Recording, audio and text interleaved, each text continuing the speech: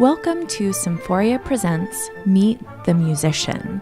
My name is Kelly Covert and I play flute and piccolo with Symphoria, and I will be your host as we sit down and get to know each of our Symphoria musicians. Today I sit down with principal flutist Shui Su to talk with her about her journey in music and more.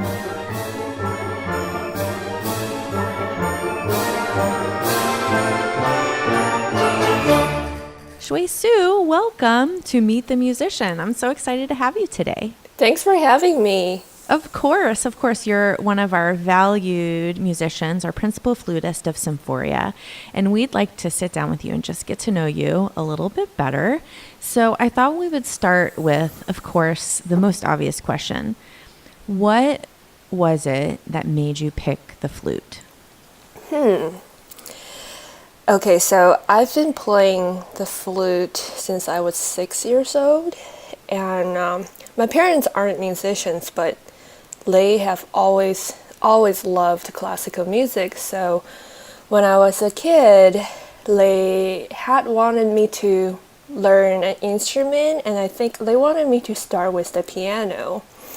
But then we realized that we didn't have enough room at home to put a piano there. So one day we were watching TV and there was an orchestra playing, and my parents told me to pick anything on stage that I had an interest in learning. And I just remember watching TV, and right in the center of that orchestra there's this shining instrument. And if you're familiar with how an orchestra seats, the flutes are always right in the middle. So it almost immediately caught my attention that this instrument is just so pretty looking, to a 6 years old. And then this was before they had started playing. Only that once they started playing, I was blown away by the sound of this instrument. And I still remember it was the piece they were playing was the minuet movement from Bizet's Lily Suite, and this famous and beautiful huge flute solo. And it was the only instrument I saw in the entire orchestra. And I told my parents, I want to play that, I want to learn how to play this instrument. And yeah, that's how I chose the flute. I actually picked it out myself. I love that story. Yeah, initially only because it's pretty. Well, and I think it's funny, it was sort of also a matter of space, and then you ended up picking one of the smallest instruments. Yeah.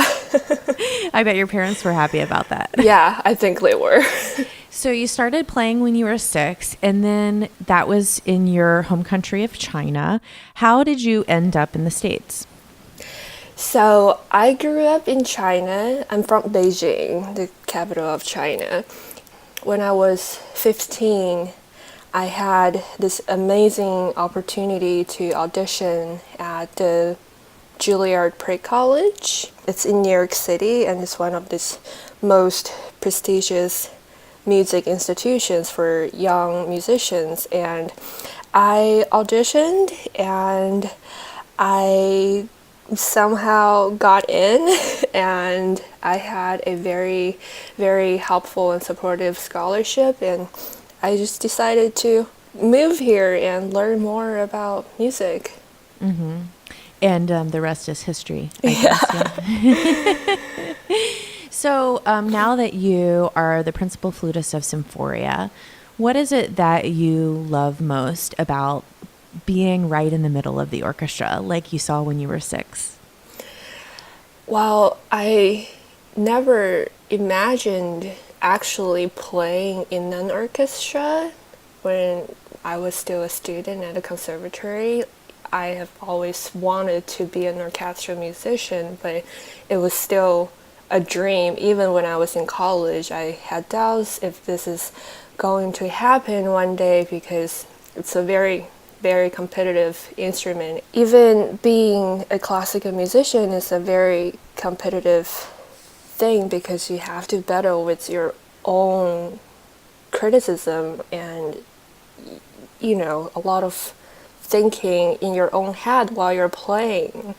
So when I started taking orchestral auditions, I gradually realized, oh, maybe one day this could happen. And when it does happen, I'm going to make the best out of it. I'm going to do my best at my job. And then I landed my position with Symphoria 3 years ago, actually. And just being in the middle of the orchestra, the sound is it's awesome. There's nothing like it. You can't play in a chamber group and have the same sound as an orchestra, or you cannot play a solo piece on stage by yourself and have a sound that can compare to an orchestra sound. I'm very fortunate to be able to sit in the middle of Symphoria and create music with all these hardworking musicians that I'm so fortunate to call my colleagues. Yeah. Well, we're so fortunate to have you. Oh.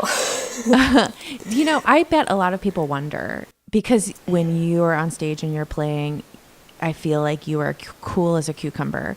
Do you ever get nervous? Oh, yes, of course. But I try to not make it on my face. I do a lot of practice in the practice room at home, and I just have to trust myself on stage. Whatever I do, it's going to be great. I have to have that confidence going into every concert. Well, and then the thing with live music is that anything could happen. It's never going to be a perfect experience, but that's also the perks of it. I think that's what's the fun part is about. You go into a rehearsal and a concert hearing and playing different details that you're not able to achieve in the practice room while you're doing it all by yourself. Well, so speaking of the practice room, how much do you practice? I mean, what does your practice routine look like?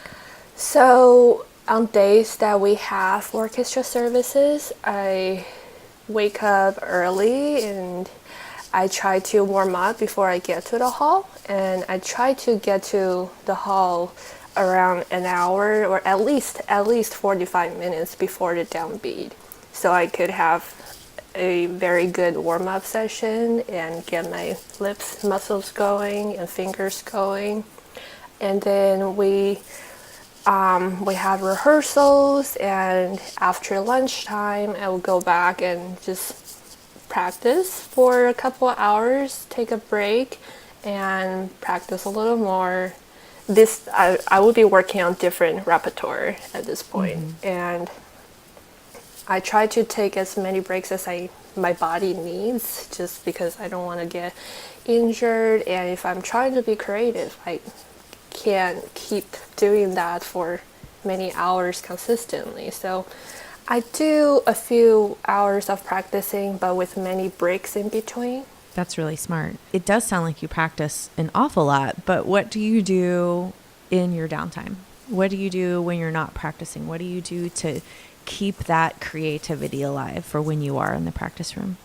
Oh, I love yoga. I'm a yogi. Try to practice 4 or 5 times a week. It's really good for my body and also my mind. That's the moment I can take to focus on myself and kind of restore and to fill out my energy for the next day. I also love cooking. I love cooking, but I think that comes from my love for eating. Related, of course. Yeah, I'm a good baker too. Yes, I have experienced that myself. Those are fantastic things, and I need to remind you to cook for me more often. Oh, yeah, of course. Just let me know. Of course, of course. I think for the last question, I would love to know, and I think our listeners would love to know too, what would be some of your dream pieces to be able to play? As a flute player, I would say my biggest dream piece is Ravel's Daphnis and Chloe, which we're actually playing next season. So Yes, I'm we are. really, really looking forward to that. Yeah, it's an amazing piece, and I just can't wait. I feel like I already need to start practicing for that. Oh, yeah, it's also very technical, isn't it? Yeah, right. Well, and I think as flutists, the interesting thing that people might not realize is you practice many of these pieces years and years and years before you ever have the opportunity to play them with an orchestra. And so I feel the same way. Like, I'm really excited to do that piece. Yeah. Also, Brahms's Fourth Symphony is very high on my list, and we're actually opening the season with that symphony. Yeah, it's like a dream season for you. I know. So I really have to get back to practicing. Get back to practicing. Well, and I think a lot of your practicing, of course, has been devoted to the Leiberman Flute Concerto, which you're playing with Symphoria on March 9th. How are you feeling about that? Are you looking forward to it? Oh, yes, absolutely. I feel great, and I think this is going to be a very fun concert. Yeah, I've been practicing a lot for it, preparing for it, so it's going to be great. Fantastic. Well, we are looking forward to it, and on a personal note, I cannot wait. You are so fun to work with, and I'm so lucky to call you a colleague and a friend. Thanks, Shui. Thank you.